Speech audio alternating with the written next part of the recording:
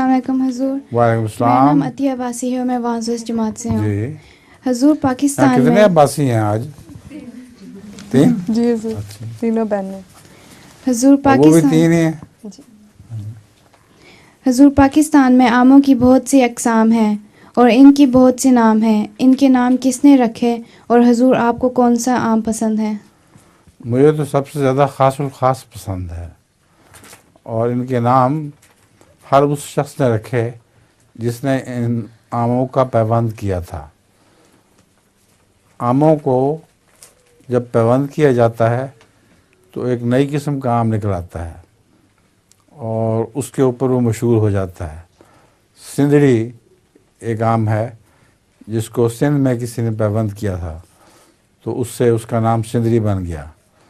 خاص الخاص میرے ابا جان کا کہ باغ کا آم تھا، آپ نے پیوند کیا تھا اور چونکہ بہت پسند تھا اس لیے اس کا نام خاص الخاص رکھ دیا. اسی طرح بعض لوگوں نے سمبر بہشت ایک آم کا نام رکھا ہے کہ وہ بہت ہی اچھے قسم کا آم ہے جو بہشت کا پھل ہے. یہ پیوند سے کیا مراد ہے؟